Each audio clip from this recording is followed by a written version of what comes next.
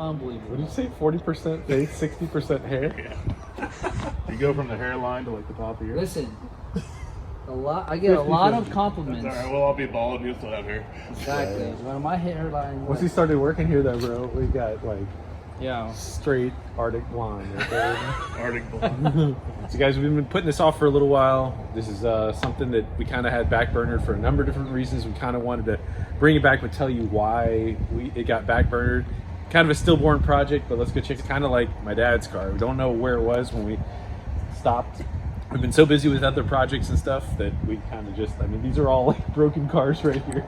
We just kind of had to completely do the stuff that was really paying the bill. So let's go check it out and see where we're at. It would be nice to get it back up and running and maybe we'll take it to the track again, or at least do some sort of fun stuff with it. But it's been sitting here for a couple of years and yeah. So there's been a bunch of cats going under it. Yeah, there's a lot of. There might be some babies in there. You know, it was always a joke. That was like That always was the original that's joke always of an the track. insult. That oh yeah, actually, this car was supposed to have some cats that were like in it or something. So Yeah. I haven't seen any babies. I've just seen two cats making it. Well, there's no two cats making cat babies. turds in there. Well, yeah, there is no cats in it at the moment. But, yeah. That's a bonus. I know y'all mentioned something about the valve cover needs to come off or something like that. Yeah, there's a But lot that of part's bolts, borrowed. parts that were borrowed, and once as the car sits, you take parts off of it to fix others. Yeah, that is the wastegate dumps, which is what we're calling the wastegate up pipes. Were needing to be replaced. So this one's gone. Is that one gone too? It is. I think they're both gone. Okay, so you can probably weld those up. We'll get a little coverage of you remaking those. The injectors are definitely going to need to be cleaned, get some old fuel, and that's something that we've actually been messing around with a lot lately is, it's been a side business for us, is doing a lot of injector cleaning. Kind of like the more you do, the more you find how messed up all the injectors are. But why we had to shelf this project is we broke the trans for like the second or third time or something like Yeah, that. and then the trans sat here, pulled apart for a long time, then it got shipped out and put back yeah. together. With the Magnum output shaft, so now it's got the bigger transfer case, which the rear drive shaft worked out, the front drive shaft's got to be changed. Okay.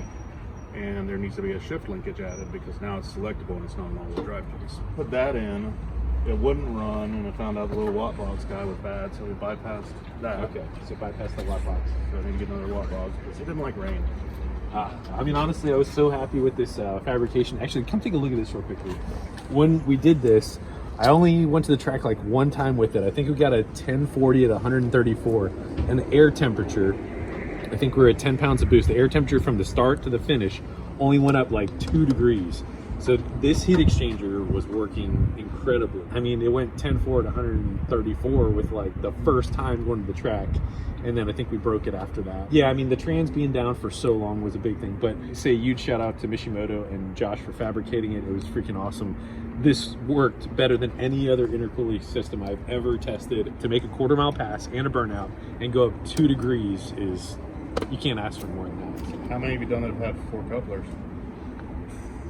There's a lot more couplers normally. Yeah, it was really, really, really good. That's part of why it works so good. It's turbo straight to the heat exchanger, straight back into the motor. It definitely flows well. I mean, there's minimal vents and stuff. So I don't even remember. I think we have LT4 injectors in this, right?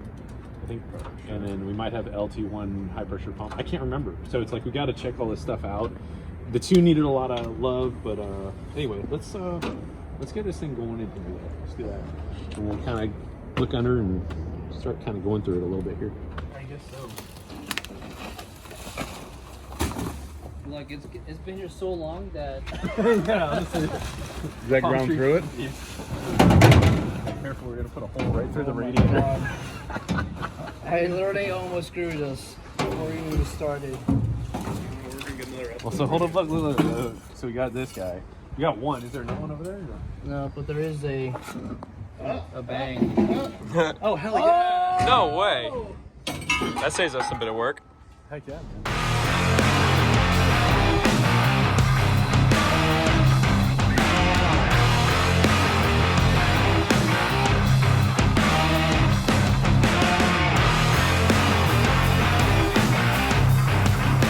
And speaking of twin turbos, this is one that we just did right here. This is actually a speed engineering kit This thing is probably the best bang for the buck money that you can get for a twin turbo kit. This is like roughly optioned up about, you know, $3,500 or so.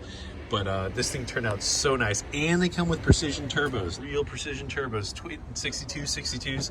This is on a 4.8. This thing rips. Like a plane flying over. I can actually smell the bad fuel from here. I hear the rusty rotors. Oh, come on. Come on. Oh, don't pull the air. That's good. No way. It's fine. It's fine. Fine. It's a tank. Laz was talking about heating this guy up because that guy got stripped right there. Yep. Oh, dude, a couple of them are stripped right here. Yeah, there's a customer had a bad one, and we didn't have no LT ones we can get right away. The difference is the LTs have a 1.8 rocker arm ratio, whereas the LS has a 1.7. Yeah. Oof, this one feels kind of rough. Yeah. Well, I mean, I guess it's been sitting there for a little while. Yeah, I don't even think that's the one. There's another one in the back there. In there, apparently. Yeah. Wasn't that was the case? Oh yeah, she's still oily. Ooh, okay. Well, we had a little problem right here with the bolts at first. They've been rusting there for a little bit, but I wanted to share this with you guys. My friend Frank, his father was just a good old boy that I knew forever, and he was telling us about this for go-karting. But this is honestly one of the best penetrant lubricants I've ever messed around with. And we just put it on there for a second and zipped right off, man. Yeah. Again, ZEP 45 for the win. This stuff is incredible. It smells like bananas. It does smell like bananas. Yeah. It's pretty good. It smells like kind of like a childhood candy. But yeah, man. It smells really good. There's another product called Croyle, which is like in the. Well, dang, man. Sorry. Yeah.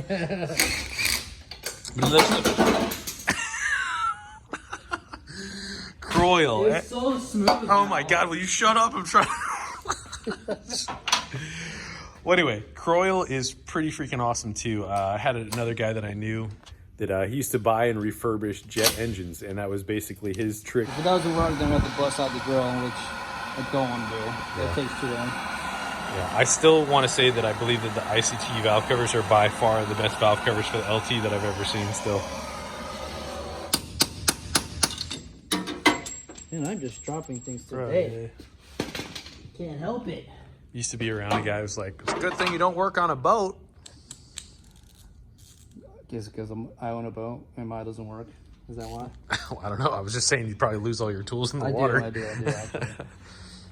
Oh crap, dude. You got all right, well, let's just hope that the other one works too then. Yeah. Oh man. That's right.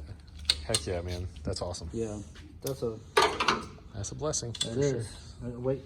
Okay. Put some heat on it. This is an Allen bolt, and my dad always taught me a trick to getting these stripped ones out. Using the Torx? Using torque bits. Slam it on there and... So check this out. This is my question though. I've done that many times. However, my question is this. Let's just say that a T30 is the one that you want to put in there. Are you putting like a T35 and then jamming it home? Yes. Okay. Yeah. I haven't really done that, but it's like I've used the appropriate size. Yeah. But where, you know, basically where it would be rounded off. Yeah, and sometimes I like spicing it up and doing like the torque plus piece. Like to get a little more meat on the star point. Yeah. I got you. All right. There's different ways. But it usually works. Oh, did you bring my honey bun? I got you the honey buns. Ooh. What I missed. What is that?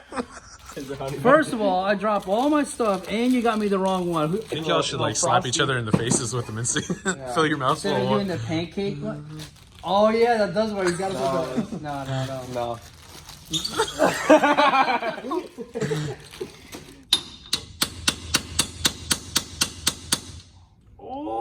Oh my gosh. See? Let's go. Second time. Heck yeah, man. Oh man. You know what they always say? Second time's charm. Right. Ooh, that's a solid one. How many cliches? All right, like if we just do cliches, how many cliches can you do in a row? You want to see? All right, go ahead. All right, so even the sun shines on a dog's butt every once in a while. Like a midget out of urinal. I always have to be on my toes. It's your turn now, buddy. Don't drop the ball. I'm blowing a blank. Uh-oh. You can't even do one? No, I can't do one. Oh, come on. You put me in the spot. You put me in the spot. Third time's the charm. Yeah, third time's the charm. Well, you can't take that. You got to make your No, own. no, but I am taking it. Oh, man. Something with a rabbit's foot. My dad used to always tell me that. Now that I'm actually on the spot, can't remember it. God. Like having a cat in the bag. Cat in the bag. That's Yeah, not, not bad. Down the rabbit hole we go. Oh, yeah. It's another good one. You could probably just do this all day. Good ones today. Probably. Jeez. Yeah. I suck. You're not very good at it, no offense. No. Oh, look how clean it looks. There it is. Wow. It was missing one. Put it back on. Nice and clean. We should probably check the oil. We got to pull the intake manifold and get them injectors cleaned up. And we got a new machine for the DI injectors. Yeah, we're going to pull this guy off, get those injectors clean because those have had some E85 on them for a couple of years, which is a big no-no.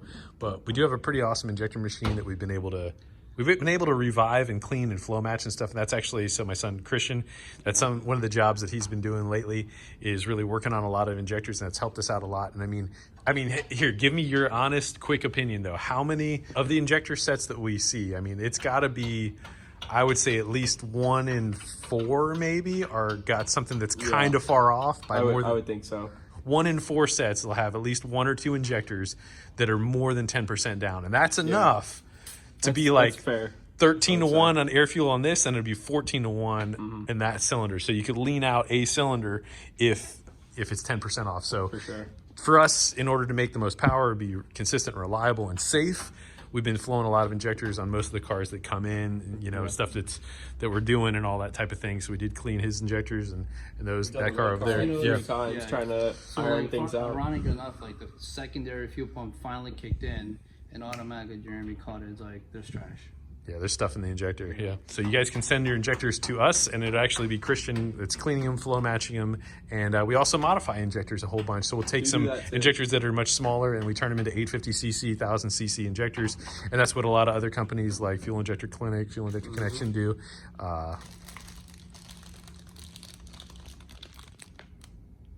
Oh, sorry.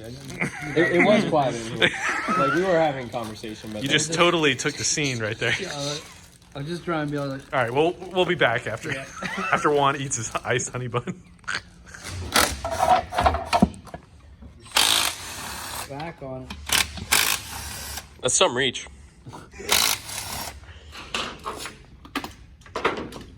Oh, look at that. Wow, see? What's underneath? Oh, I knew. Oh! What the heck? Boop. Whoa. Juan was taking apart his Impala and get some get a rat or a dead rat.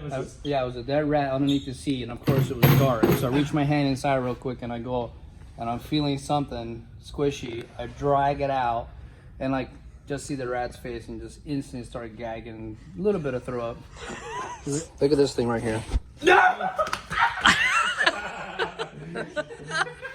Oh, it's payback! What engine's in here? 5.3.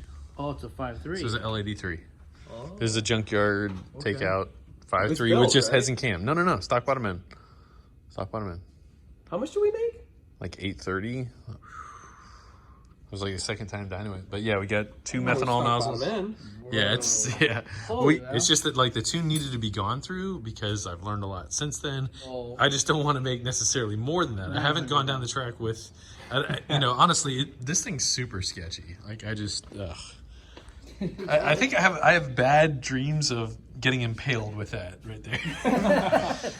I mean, It's the just not steering wheel is the most tightest thing I've ever seen. You know, it's super tight. Yeah, And you like it's just, that. You know. But yeah, this is a weird sensation. So again, if you guys haven't seen this thing before, it's like you're literally sitting where the little jump seat was, and you're sitting in the back. And it's all the way butted up as far as it can go. It is, in fact, truly a mid-engine setup. And the fact that, like, yeah, that is the front axle, and it is before. Isn't normally the first piston. Right there is one dusty, crusty. Yeah, that's pretty gross. Yeah. Some would That's say, like super oxidized and stuff too. But you know, it's kind of funny when you start loosening the drain pan, it starts dripping very easily. a little bit of Doesn't look like oil either, but yeah. No, it looks like a little bit of water. By the way, I really like that fashionable, sweater you got going on there, bud. Look at that. Oh God. Dude, did you seriously get it again? God, man. You've gotten nailed so many times, man. It's like, Oh, it didn't seem like the oil system was actually open, but it's a good thing when you started. yeah. Honestly, it smells heavy E85 too. Yeah. Dude. Injectors are all done. Got these guys. They were actually within about 2 cc's all the way through, so we're actually really happy with that. Problem with the trans as well. There was something basically, what was it, with the slave spacing is a little bit off or something. Yeah, something's not quite right because it will go into gear, but when you're driving it, it won't go back into gear when you go to switch to your stand. Gotcha. Yeah, I kind of forgot a bunch of that stuff. In the meantime, now this will be another video here, but I'm going to actually go over and I'm going to tune that twin turbo car. I finally got my Hptuners where I can be able to tune that thing. I'm actually really excited about it. I put a street tune in that thing and it is nasty. Can't wait to see what it's going to do, but that'll be another video. And oddly, as we were talking about that, still talking about injectors, we got another truck right over here coming in to have the injectors cleaned. So again, Yes. it is something that we're doing a whole lot of. If you guys want to send us your injectors in to clean them, flow match them, modify them, whatever, we have a bunch of injectors. It'll help fund some of our projects. I mean, this is every little thing helps. It really does. especially when you are- Well, I came out here to film an ending and we're having a dog party in here. We're all getting attacked in October. All right, guys, thank you so very much for watching. Definitely, I'm glad that we're back in this project. We're going to try and get that thing up and running really quick here. Wanted to share a quote with you really fast here. This is from Ross Braun from Braun GP. Luck is preparation for an opportunity. And when those opportunities present themselves, you have to take them. If not, someone else will. Also want to leave you guys with a song. If you guys are ever into having like a workout playlist or something like that, I got an absolute jam that you guys got to check out. This is from Ashes to New and is all Know My Name. Check it out. Very much like a new school Linkin Park. Might have recommended it before. Worth mentioning again. God bless you guys. See you next episode.